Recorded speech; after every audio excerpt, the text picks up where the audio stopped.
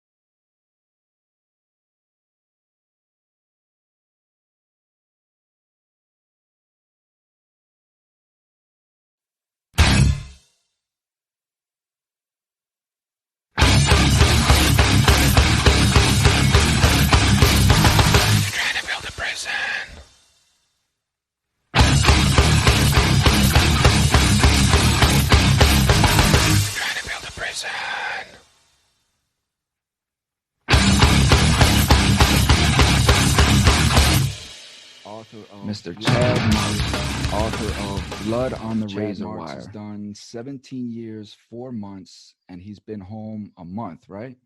Oh, no, I've been home 8 months. I came home in June 2020. June 2020, 8 months. Okay. And you did 17 years off a 40-year bid. Yeah. So how did you come home early? What I did was I ended up filing a compassionate release motion. And I was released on compassionate release. The judge found there were extraordinary compelling reasons in my case, and it reduced my sentence from 40 years to 20. So I actually did 17 years, 5 months, and 21 days. I was a jailhouse lawyer in federal prison. I actually wrote the first motion for compassionate release that ever won. It was the Conrado Cantu case out of Texas. I had filed what was called a Holloway motion in my own case, and my judge said that this was an extraordinary case that deserved an extraordinary remedy. He used those words. Well, those words happened to be in the First Step Act that Donald Trump passed.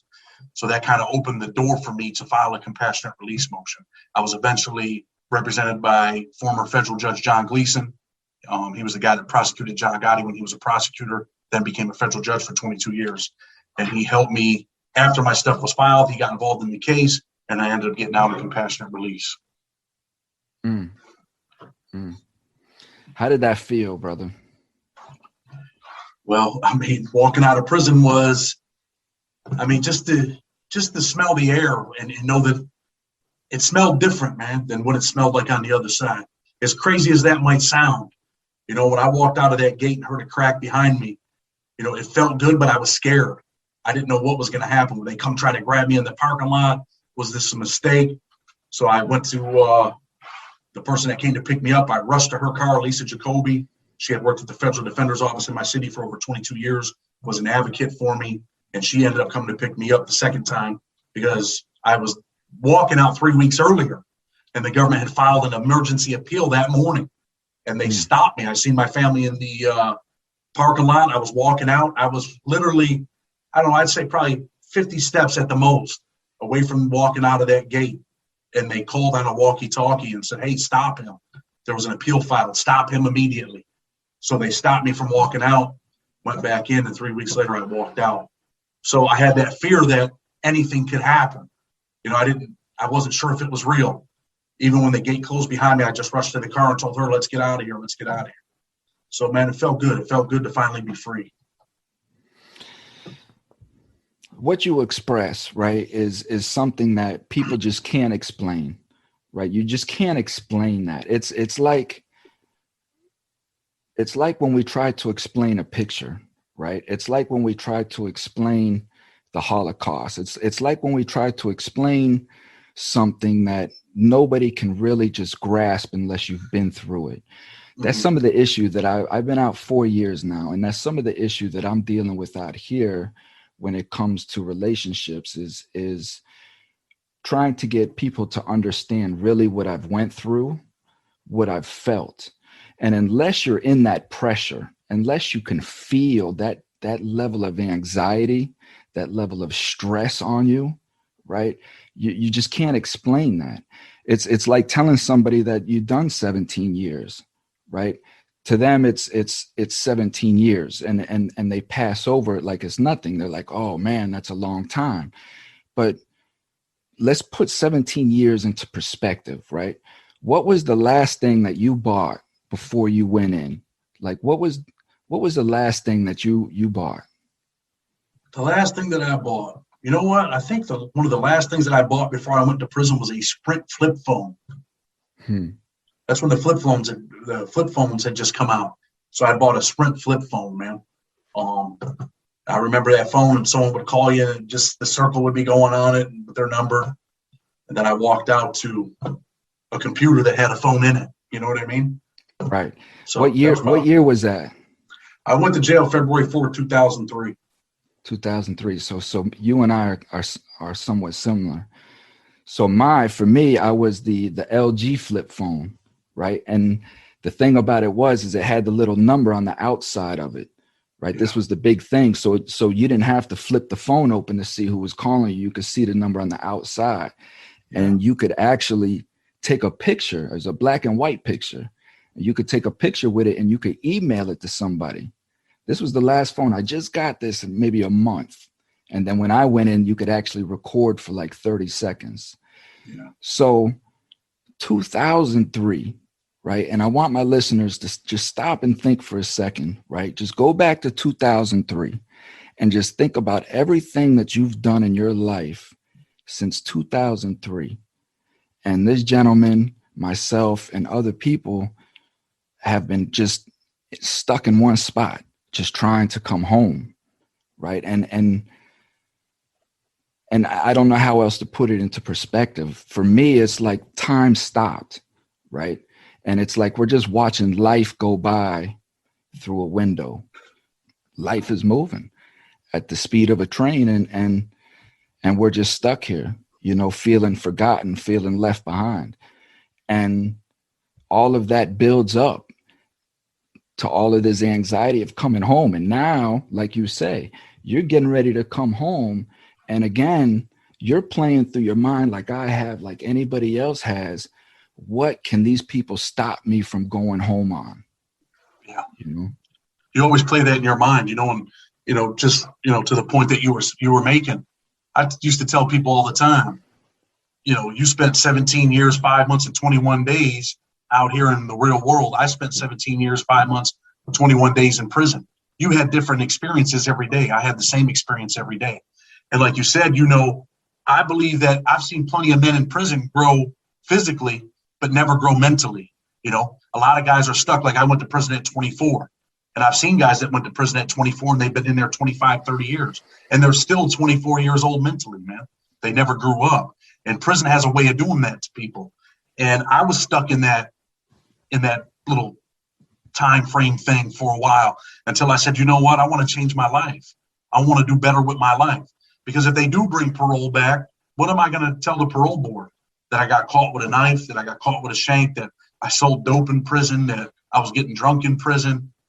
I don't want to tell the parole board that. I want to bring the parole board, a file that says, hey, I've changed my character, that I regret the irrational, irresponsible choices that I made that led to my imprisonment. So that's when I changed my life, man. 100% changed my life. And when I began to change my life, I began to grow mentally, not only physically, but mentally. And I started to appreciate my freedom and appreciate what life had to offer. And, that's why I went to work in the law library, and, I started working on my own case. I worked on plenty of other people's cases. I've got numerous people out of jail. You've probably seen it. I post it on Facebook all the time. I have, man. And I applaud you, dog, for real. What you're doing and what you've done is very, very rare. I give you mad respect and props for what you've done. Anybody that can come home, and this is what I'm trying to do. Anybody that can come home from that, you've been gone 17 years. You have every right to come home and just live your life, right? Anybody that can come home and sacrifice their freedom in that sense to turn around and try to help their brothers and sisters is a soldier by all count. So I give you mad props for that, man. I appreciate that, man. Appreciate it. I do it because I know what it's like, man. I knew what it was like to, I couldn't get people to help me because, every time I wrote for help, they said, well, you had 2 gun charges. I got 5 years for the first gun, 25 for the second, and 10 years for the drugs. So it had always been, we can't help you. Organizations like FAM, hey, sorry, we can't help you. You got a gun. So I knew what it was like to be, desperate, to want help. And I told dudes when I left prison, I said, man, I'm going out there to do everything I said I would do. And I wasn't building houses in prison for 17 years. I was doing legal work. So this is what I do. This is my life. And I know what it's like to suffer. And people need help. And there's plenty of men and women, like I know, that deserve that help. So who was going to come out here and do it? I've heard plenty of dudes go home, hey, Chad, I'm going to write you, man. I'm going to do this for you. And you know what? No one ever does it. So I didn't want to be that guy. I didn't want to be that guy to tell my boys, hey, man, I got you. And I walk out and I leave everybody behind. And all right, I'm living my life now and I forgot about you. I'll never forget what, that chicken day's like, or what the count's like, or what it's like to have a guard tell you, to shut the fuck up and get in your room or destroy your cell. I'll never forget that stuff. And, people would think, well, federal correctional officers, because I used to probably think this, these are professional people. They're federal guards. Man, these people are some of the most horrible people you'll ever meet in your life. They treat us like we're third world citizens. They treat us worse than dogs, And, there's people out there that'll say, oh, they got cable TV and, they get cheeseburgers and they got meatloaf. But what they don't know is the stuff's made out of pink slime. The food's so horrible you can't eat it anymore, And who cares about cable TV? What you care about is, your family, the people that you love and that you care about. When you go to bed hungry at night, you care about that. When you're not sure if you're going to ever see your mother again alive or be able to, take her out to dinner ever again. Those are the things that matter at the end of the night, man. When you lay down and it's only you by yourself. So I wanted to help them dudes, man, that were in the same position as me and some females that I help. I want them to be able to experience what Alice Johnson experienced. I'm sure you've seen her, right? Donald Trump released her on clemency. She ran across the street, all happy. Her family's crying. More people deserve that. And I'm a firm believer that there has to be consequences for your actions. But I also believe that the punishment, that the time should fit the crime, man. That you shouldn't send nonviolent drug offenders off to prison for, 40, 50 years or for life. You just shouldn't do it, man. I got a guy right now, I'm working on his case out of Texas, Joseph Mesa. The guy was, I think he was 22 years old. He did a robbery with a BB gun. They gave him 85 years. No one was hurt. The dude's got over 200 programs in prison, college education. This guy deserves a second chance. He's been in there 25 years. Release him. Show some compassion. He deserves to get out of prison more than I did. But yet I'm here and he's still there. But I'm working on this case. This is my point, what you just said. And when I started this program and when I started my organization, right, I started in the sense of reform, criminal justice reform. But being where I've been and knowing what I know, I cannot sit in front of these politicians. I cannot sit in front of these legislators, these governors. I can't do it. I cannot sit in front of these people and have them lie to my face and placate me about, oh, well, we want to pass this bill and we want to do this. Listen, stop telling me what you want to do. Do it. It's there. You can do it. If you're not doing it, right, then you're part of the problem. And I don't even want to have a discussion with you because like what you say is absolutely disgusting, right? And same position, like you said, I got a guy down in Miami, 18 years old, did a robbery. They gave him 60 years, right? Stacked charges, all of this. The man's a grandfather. He's never had the chance to be a father yet, Sad, man. Sad reality with our criminal justice system, right? The Department of Justice, for me, is not a Department of Justice when they do things like that. For me, it's a Department of Prosecutions. And like you said, as far as the, legislators and the senators and the congressmen, I'm willing to sit down with them at any moment because I'm a firm believer that you can't fix something you won't face. But I also think that we have to demand change. It can't just be, just, lip service. We got to demand it because we live in a government that's supposed to be for the people, by the people. Tired of lip service. If they're not going to do it, then we need to start putting our people up there, right? That doesn't mean, some people some people have gotten mad at me when I say this. But, sometimes people have to go to jail. I deserve to go to prison, 100%. I was 24 years old, but I didn't deserve a 40-year sentence, especially, and some of your viewers might not know this, when the government offered a plea that could have been as little as 10 years. So if 10 years was sufficient for my crime, because I exercised a constitutional right to trial, how is 40 okay? Our forefathers said I had that right. So you think I could have been rehabilitated and been back in the community in 10 years, right, on a plea agreement, as low as 10, 11 to 14, but no lower than 10 because that was my mandatory minimum. But because I went to trial, 40 years is sufficient, but not greater than necessary to achieve the goals of sentencing under 3553A. It's an oxymoron. It's absolutely ridiculous. You know, you can't have your cake and eat it too. And they justify that with the fact that because, right, you didn't take the plea, you didn't take ownership, and because you didn't show acceptance of responsibility by cooperating and telling your part in what you've done, therefore you need a longer sentence and more time to think about it. It's going to take more time to rehabilitate that mind. That's for a person that just comes in and just is completely acceptable for the responsibility. This is how they justify that. It's absolutely ridiculous. It is. It's absurd, and it's draconian. And what this is doing, right, is it's eating our nation. I believe that everything that you see today going on in the streets is a result of what's going on within our prison system. We're churning out monsters. We're churning out PTSD. We're churning out killers. We're sending people and putting them in a position that is altering their life. People are going to prison that may have not been a killer, and they're coming home killers because of the environment that they're in, right? Well, you got some guys that go to prison and they're not killers, and they kill people in prison because of the environment that they put them in. And I'm sure you've probably seen the video with and it was on. He's trying to stab him. He's stabbing him in the back.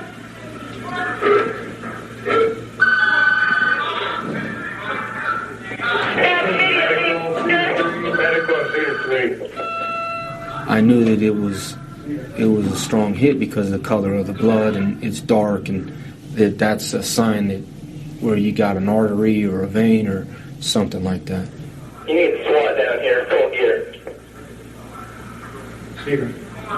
Hey, officer, go ahead. Come back again. Here. This Johnny. Yeah. 1 and 2. SWAT, full gear in Theater 3 now. Section 3 here.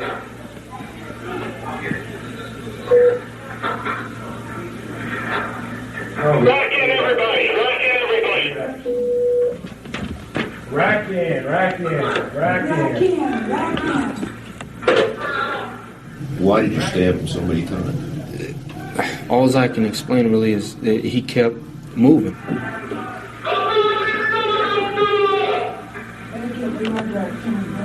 I just stabbed the shit out of him, until he didn't move anymore. And I ended up stabbing the man to death. The shank went into 10. FreeMe Podcast.